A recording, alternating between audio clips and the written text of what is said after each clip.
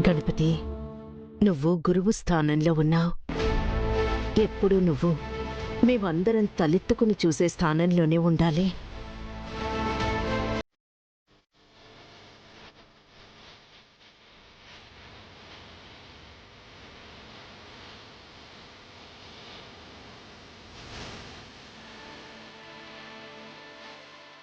వేరొకరిని చెప్పేలా కానీ, నీ వైపు వేలెత్తి చూపించేలా కానీ ఉండకూడదు. జరిగిన వాటిని మర్చిపోయి పిల్లలకు పాఠాలు చక్కగా నేర్పించు.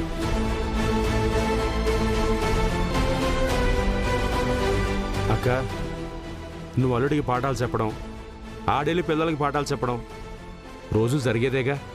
రోజు వేరు, ఇప్పుడు వేర్రా. గణపతి విద్యని మనసులోకి తీసుకున్నాడు. ఇప్పుడు వీడి మనసు కలత చెంది ఉంటుంది. అది మనసులో పెట్టుకుని పరధ్యానంగా పిల్లలకు పాఠాలు చెప్పొద్దని చెప్తున్నాను. మన జీవితంలో వేల సమస్యలు ఉండొచ్చు, మనం ఎంతైనా ఆలోచించొచ్చు. కానీ వీడి మీద పిల్లల భవిష్యత్తు ఆధారపడింది. నిజమే అనుకో. గణపతి, నీ పెళ్లి విషయం ఇప్పుడు మన చేతుల్లో లేదు. భారమంతా దేవుడి మీద వేశాం. విద్య నీ భార్య వాళ్ళని రాసిపెట్టుంటే ఎంతమంది అడ్డుపడినా సరే విద్య నీ భార్య తీరుతుంది. నేను అనుక్షణం విద్య నీ భార్య కావాలని కోరుకుంటూ ఉంటాను. ఏ క్షణానైనా తథాస్తు దేవతలు తథాస్తు అంటారేమోనని.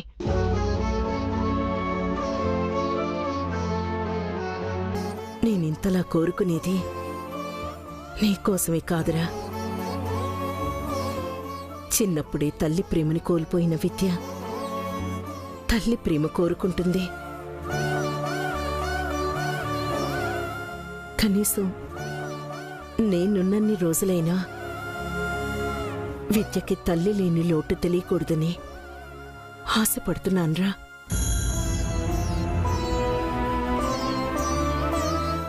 అమ్మవారు మన కోరిక ఆలకించినా, విద్య కోరిక నెరవేర్చినా మీ ఇద్దరి పెళ్లి జరుగుతుందిరా. అక్క, నువ్వు నిజంగా దేవతవే.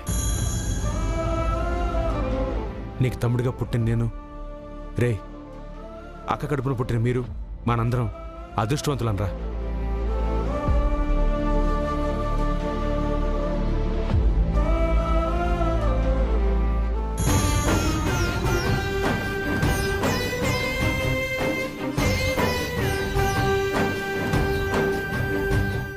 నేనెప్పుడు నువ్వు తలదించుకునే పని చేయనమ్మా. పొరపాటున ఏదైనా తప్పు చేశానని నీకు తెలిస్తే క్షమిస్తావు కదూ?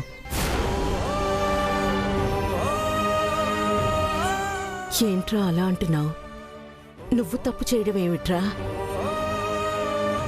అయ్య బాబోయ్, అల్లుడు ఎమోషనింగ్ అయ్యి నిజం చెప్పేసేలా ఉన్నాడు. అల్లుడు చిన్నపిల్లల్లా ఏంట్రా ఇది? నువ్వు ఫీల్ అయితే చూడు, మా అక్క ఫీలింగ్ ఎట్టేసుకుంటుంది. రే, స్కూల్కి టైం అవుతుంది, ముందు బయలుదేరు. పద.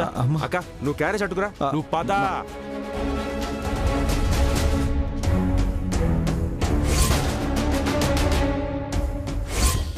అల్లుడు వెళ్లే దారిలో నన్ను కొంచెం డ్రాపింగ్ చేసేయ్. ఎక్కడికి మావయ్య? ఐరన్ ఉమెన్ దగ్గరకా? కోట. అక్క, రోజు రోజుకి దీనికి ఎటకారం ఎక్కువైపోతుంది. చిన్నప్పటి నుంచి నీ పోలికే అని తెగ మురిసిపోయావు కదరా. ఇట్ట వాగిద్దని తెలియకన్నానులే. నువ్వు బదరా.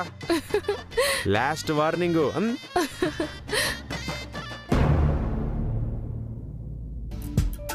లక్కీ, నువ్వు హోంవర్క్ చేయడం ఇంకా అవ్వలేదా? హోంలో వర్క్ చేయడానికి నీ కింద పని వాళ్ళున్నారు.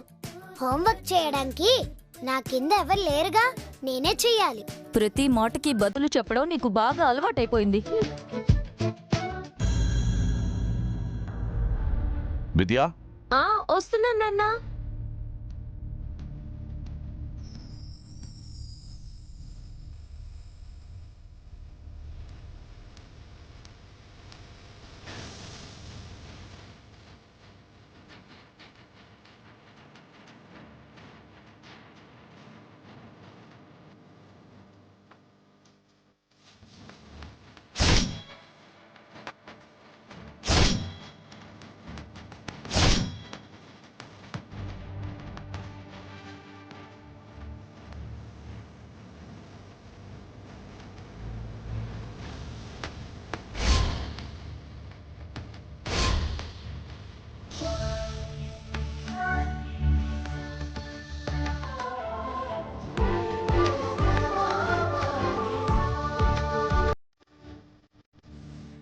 నన్ను అలా చూస్తున్నారు?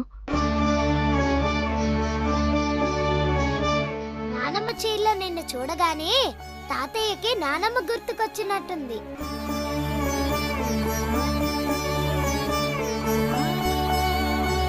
నాకైతే నువ్వు నానమ్మలాగే కనిపిస్తున్నావు. మీ నానమ్మ నువ్వెప్పుడు చూసావే? హాల్లో అంత పెద్ద ఫోటో, అత్త గదిలో ఇంకో ఫోటో. రోజు చూస్తూనే ఉంటాను కదమ్మా. అమ్మ చీర కట్టుకోగానే అమ్మైపోతుందా ఏంటి? అలా అయితే రోజు నేను కట్టుకుంటాను.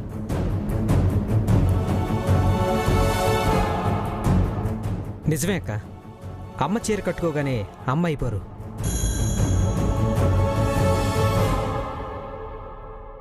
అమ్మలా ప్రేమను కురిపించే మనసుండాలి. ఆ మనసు మా విద్యక్క దగ్గరుంది. నాకు ఊహ తెలిసేసరికే అమ్మ దూరమైందక్క.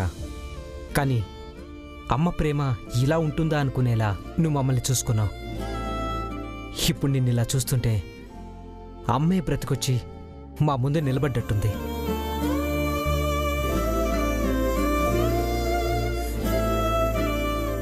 ఎమోషన్ అవ్వకరా మధు. నీకు అమ్మని చూడాలనిపించినప్పుడల్లా చెప్పు, అక్క రెడీ అయి కనిపిస్తుంది. ఇంక వేరే పని లేదు కదా. ఏమంటావు విద్యక్క? నా తమ్ముడికి ఆనందంగా ఉంటుందంటే రోజు కనిపిస్తాను. అమ్మ స్థానంలో ఉండడం అంటే ఇది.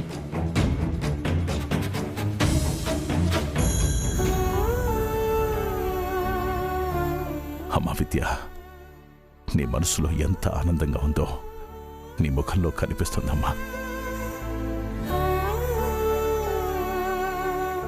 ఈ ఆనందం నీ మొహంలో ఎప్పుడు ఉండేలా చేయడానికి నేను మురళి గణపతి వాళ్ళ ఇంటికి వెళ్తున్నావమ్మా.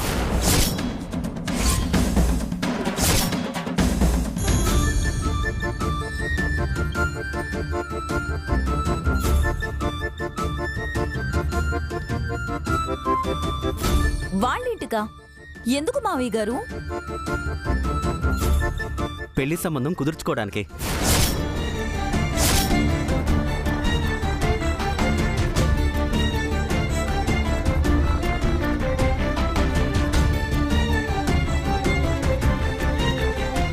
కళ్ళల్లో పెట్టుకుని పెంచిన కూతుర్ని నీకిచ్చి చెడ్డ పేరు తెచ్చుకోలేదు. ప్రాణం పోయినా ఆ ఇంటికి విద్యనివ్వనన్నారు కదా. అవునమ్మా, కానీ నా ప్రాణం ఆ ఇంటికి వెళ్తే సంతోషంగా ఉంటానని అడిగినప్పుడు ఎలా కాదనగలను చెప్పు.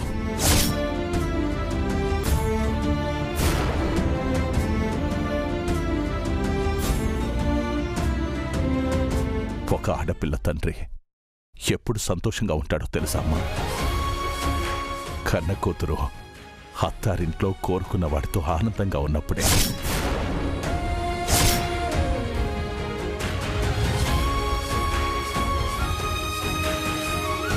కానీ మావయ్య గారు, నిర్ణయం తీసుకున్నానమ్మా.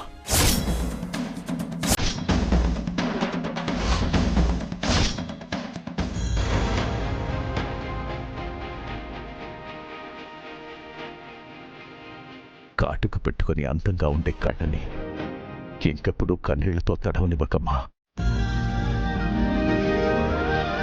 ఈ నాన్న తట్టుకోలేడు.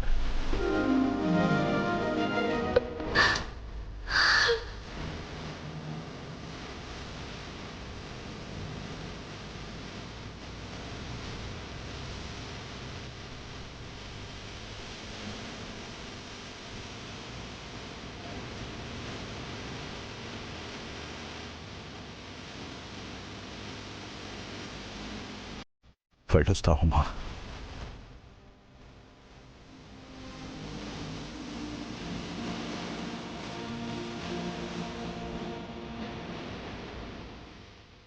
అమ్మా విద్య, మధు చెప్పినట్టు నాకన్నా వయసులో చిన్నదానివైనా నాకు చిన్నప్పటి నుండి నువ్వే అమ్మవే.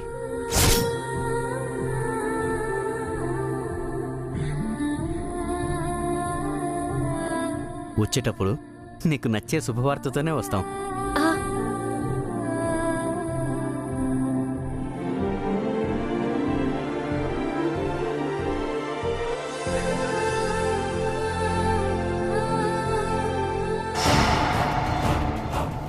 ఈ పాటికిది మునగ చెట్టు ఎక్కేసి ఉంటుంది.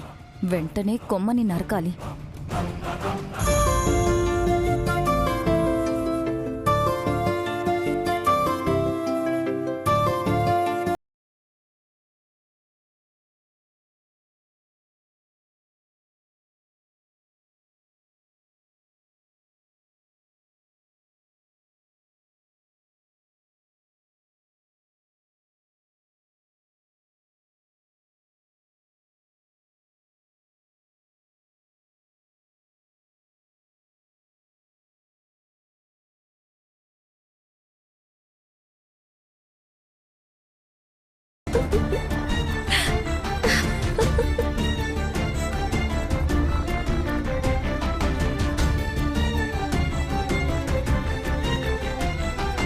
విద్య, వదినా, నీకంటే పనిలేదు.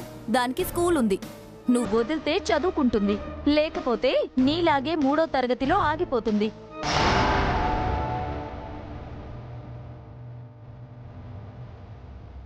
అక్క, నీకు చదువు రాదు కాబట్టి చదువుకోలేదేమో. ఒక సామెతుంది, ఇళ్ళలగ్గానే పండగ రాదు అని. అలాగే నాన్న వాళ్ళు వెళ్ళాలి, అన్నీ కుదరాలి, అప్పుడు కదా పెళ్ళి.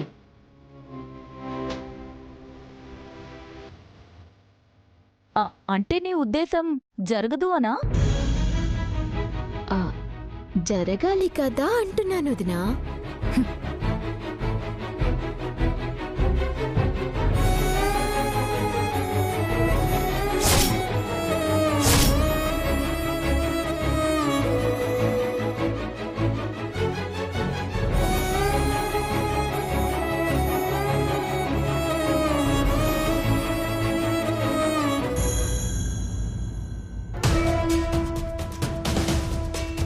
వాడొస్తున్నాడండి. మంచినీళ్ళైనా తాగనివ్వవా ఏంటే? ఒరే ఇగ్నేషా, ఆఫీస్కా? లేదు నాన్న, హనీమూన్కి వెళ్తానా. తండ్రి వారసత్వం ఎటకారాలు వచ్చేస్తాయి. అది సరే గాని శ్రావణ మాసంలో నీ పెళ్లి చేసేసి సరసాలాడ్డానికి సింగపూర్ తోలేస్తానులే. ఏంటండి ఆ మాటలు? కొడుకైనా కూతురైనా ఈడొక్కడే గదే. ఓపెన్ గా మాట్లాడకపోతే అట్టా? విద్యకైతే రేపే తాళి కట్టమన్నా కడతా. అదే మరి, అంత మొండికేయద్దు. మనం ఇలాగే చేతులు కట్టు కూర్చుంటే ఆ గణపతి గారిని పెళ్లి చేసుకుంటది నాన్న. అవునండి, వాళ్ళమ్మ అంగప్రదక్షిణ చేయకుండా ఆ పిల్లే దొర్లింది చూసారుగా. చేత్తది. పెద్దలంటే ప్రేమ, గౌరవం. రేపు నీ కోడలైందనుకో, నీ బదులుగా తనే తినేవన్నా తినేత్తది. ముందు తన నాకు ఇచ్చి పెళ్లి చేశాక మీరెన్నైనా కబుర్లు చెప్పుకోండి అన్న. సిరాకడిపోకురా. విద్యని ఆ గణపతి గాడికి ఇచ్చి పెళ్లి చేయకుండా చూసే బాధ్యత నాది, సరేనా?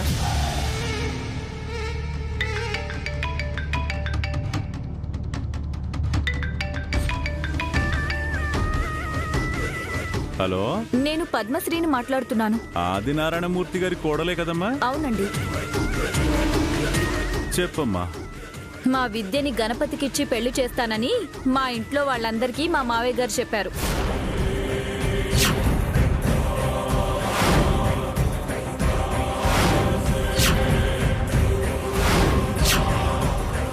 అదేంటి? అవును, ఇప్పుడు అదే మాటని వాళ్ళింట్లో చెప్పొస్తామని మా ఆయన్ని వెంట పెట్టుకుని మా మావయ్య గారు బయలుదేరారు.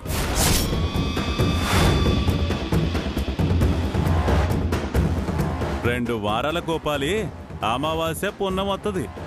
మీ ఇంట్లో వాళ్ళేంటమ్మా పూటకోల మారతారు? ఏమోనండి, మీకు చెప్పాలనిపించింది చెప్పాను. ఆపుతారో అడ్డుకుంటారో ఇక మీ ఇష్టం.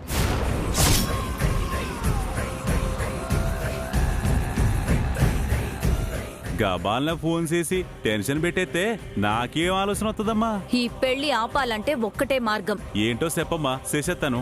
మా విద్య మాస్టర్నే పెళ్లి చేసుకోవాలనుకుంది. అది తన కళ, లక్ష్యం, ఆశయం, మీరేదైనా అనుకోవచ్చు.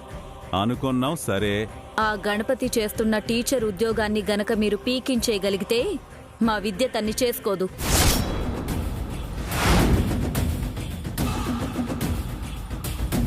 అంత మొండిదా? ప్రేమ గీమా దోమ కూడా లేదు. టీచర్ కాకపోతే తను అష్ట ఐశ్వర్యవంతుడైనా సరే ఇష్టపడదు. మంచిదమ్మా, ఆ మంచి పని చేసేసి వస్తాం మరి. సరే,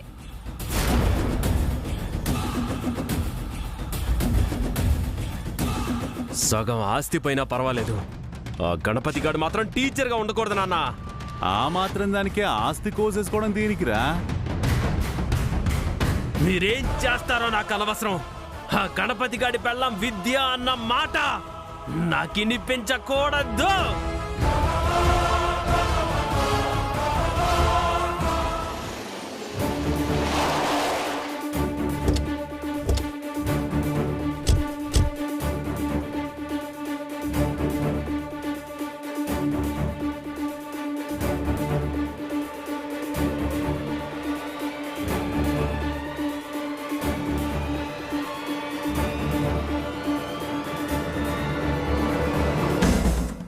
ఏమండి, తీసుకోండి.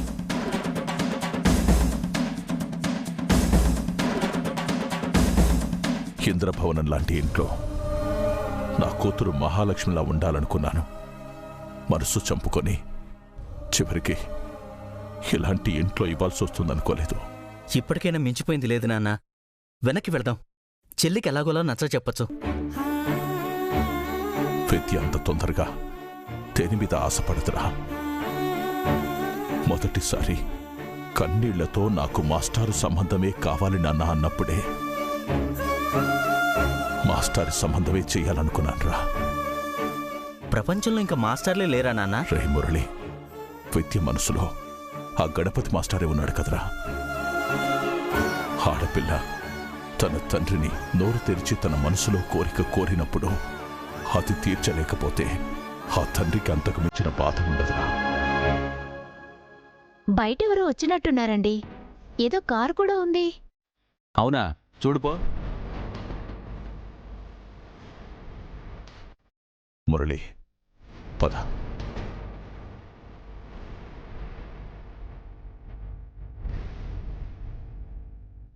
మీరా? రండి.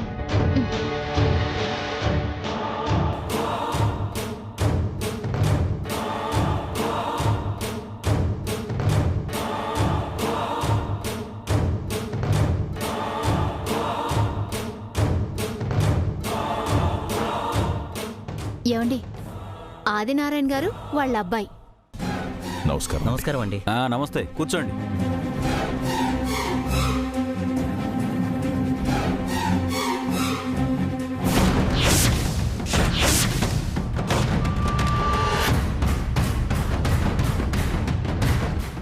ఏమే, కాఫీ తెచ్చవ్వే.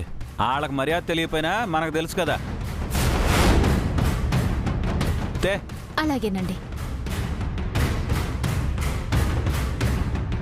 ఒక ముఖ్యమైన విషయం మాట్లాడతామని వచ్చాం. ఇంట్లో పెద్దవాళ్ళు ఎవరు లేరా? అంటే మీ కంటికి నేను పెద్దవాడిలా పెద్ద మనిషిలా కనపడడం లేదా? అలా కాదండి, నా ఉద్దేశం పార్వతమ్మ కానీ శ్రీశైలం కానీ లేరా అని. లేరు. అయినా సరే ముఖ్యమైన విషయాలన్నింటిలో నా నిర్ణయమే ఫైనల్. ఈ ఇంటికి పెద్దల్లుణ్ణి. ఏంటో చెప్పండి. మా అమ్మాయి విద్యని ఆ వీరేశం కొడుక్కి నిశ్చయం చేసుకున్నారంట కదా? మాట అనుకున్నాం, కానీ ఇప్పుడు ఆ సంబంధం వద్దనుకుంటున్నాం. మీ సంబంధం కోసం వచ్చాం. బాగుందయ్యా, చాలా బాగుంది. ఆశతో పూలు పళ్ళు పట్టుకుని మా వాళ్ళు మీ ఇంటికి వచ్చినప్పుడేమో బయటికి పొమ్మన్నావు, తలదించుకునేలా చేసి అవమానించావు. ఇప్పుడు మళ్ళీ ఇలా వచ్చి ఏ మొహం పెట్టుకుని ఇంటికి వచ్చి అడుగుతున్నారు?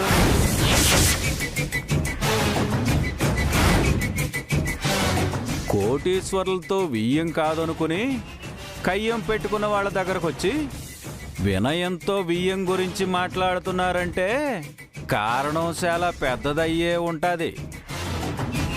నిజమేనండి, పెద్ద కారణమే ఉంది. నా కూతురు ఆనందంగా ఉండాలంటే తనకి మాస్టారుతోనే పెళ్లి చేయమని నన్ను అడిగింది. నిజంగా అదే కారణమా, లేకపోతే ఇంకేమన్నా ఉందా?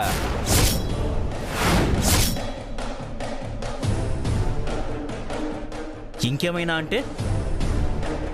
మీ మాటల్లో ద్వందార్థం ఉంది. నాకు బొత్తిగా మాట్లాడటమే రాదంటది మా ఆవిడ. నా మాటలో మీకు ద్వంద్వార్థం కూడా కనిపించిందా? మాటలోనే కాదు, ప్రవర్తనలోనూ ఉంది. జోకేస్తారే. ప్రవర్తన గురించి ఏళ్ళు మాట్లాడుతున్నారు. నాకు అదే విడ్డూరంగా ఉందండి. ఎప్పుడో మా చిన్నప్పుడు జరిగిన గొడవల్ని మనసులో పెట్టుకొని బయటకు పంపించిన మీరు ప్రవర్తన గురించి మాట్లాడుతుంటే నవ్వు వస్తుంది. ఇప్పుడు మీ ప్రెస్టేజ్ తగ్గిపోయిందా, మా అంతస్తు పెరిగిపోయిందా? ఆదినారాయణ గారంటే పెద్ద మనిషి అనుకున్నాను గాని అందితే చుట్టూ అందకపోతే కాళ్ళు పట్టుకునే రకం అనుకోలేదు. మాటలు హద్దులు దాటుతున్నాయి. బాధ అనిపించిందా? ఏది మాటలకే? మరి అందరి ముందు మమ్మల్ని అవమానిస్తే మాకెలా ఉంటుంది ఆలోచించారా? జరిగింది మీరు మర్చిపోతారేమో, ఎందుకంటే మీ అవసరం కాబట్టి. కానీ మాకేం మీ సంబంధం వద్దు, మేము అన్నీ గుర్తుపెట్టుకుంటాం.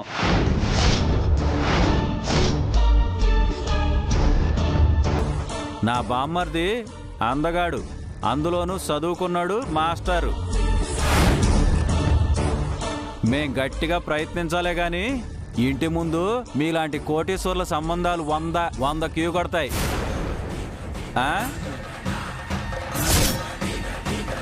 అయినా ఆశపడ్డానికి కూడా ఓ హద్దు ఉండాలిగా ఆదినారాయణ గారు. మా వాళ్ళంటే ఏదో గొప్పింటి సంబంధం అని మిమ్మల్ని మీ వెనకున్న డబ్బుల్ని చూసి పిల్లని అడగడానికే వచ్చారే అనుకుందాం. 3వ తరగతిలో మధ్యలోనే చదువు ఆపేసిన మీ అమ్మాయికి మాస్టర్ ఉద్యోగం చేస్తున్న మా బామ్మర్దికి ఎలా మూడేసేద్దాం అనుకుని వచ్చారు?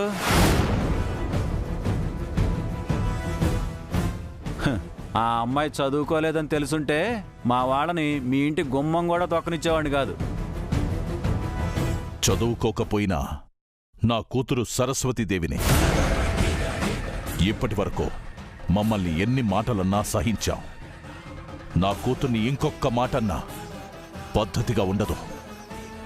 మీ ఇంటికొచ్చినప్పుడు మీకు నచ్చినట్లు మాట్లాడారు, ఇప్పుడు మా ఇంటికొచ్చారు. మా మాటలు ఇలాగే ఉంటాయి. మా గణపతి మీ అమ్మాయిని చేసుకుంటానని చెప్పినా మేం ఒప్పుకోం. దయచేసి మా గడప తొక్కకండి, మళ్ళీ వెళ్ళండి. అంత పద్ధతిగా చెప్పాల్సిన అవసరం లేదులే గిరిజ.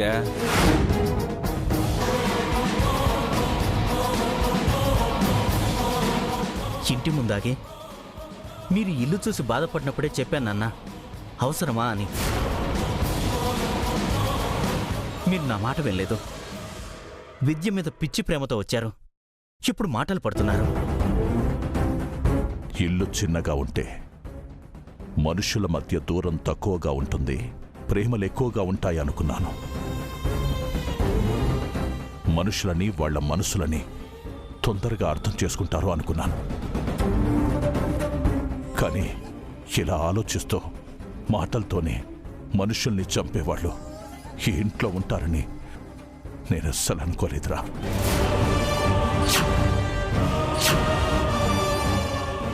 నా కూతురు ఇష్టపడిన సంబంధం కాబట్టి జరిగినవన్నీ మర్చిపోయొచ్చాను. మీరన్న మాటలన్నీ భరిస్తూ వెళ్తున్నాను. లేకపోతే చాలే, చాలా చూసాం, వెళ్ళండి.